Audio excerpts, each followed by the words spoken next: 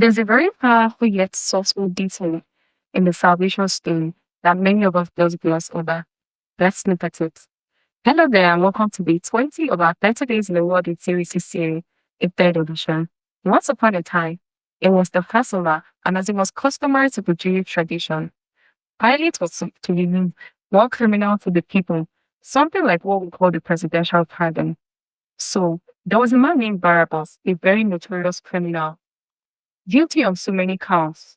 On the other hand, there was Jesus, whom the Jews had brought to Pilate, but he expressly told him, I find this man not guilty of anything. But the chief priests insisted and stirred up the crowd. And when Pilate asked them, Whom shall I release to you? Barabbas or Jesus, who is called Christ? The people shouted back, Barabbas, Barabbas. Pilate was surprised, like this same Barabbas, guilty of murder, insurrection, and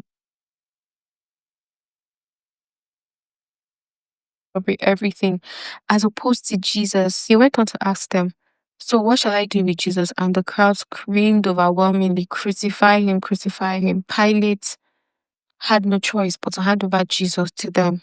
And we know how the rest of the story goes. Now, what happened here is a very powerful exchange. Barabbas, the guilty, condemned, and well-known criminal, walked free, while Jesus, the innocent, spotless, holy Son of God, was flogged and handed over to be crucified in his place. Jesus took the entire walk to Golgotha and was crucified, nailed to the cross, and died in our stead while we were still yet sinners. Think of it like this.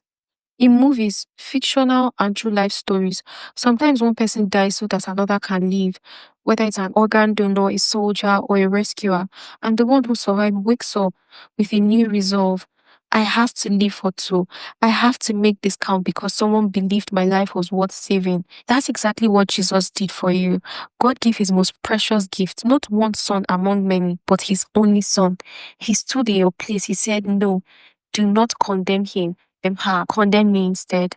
I don't think there's a bigger motivation than this to make good use of the life you've been blessed with. No perspire to acquire Maguire can make up for this. So if you ever feel like you have no reason to keep going, no drive to become something, in case your ultimate motivation, the Son of God was exchanged for you, is given up so that you can live.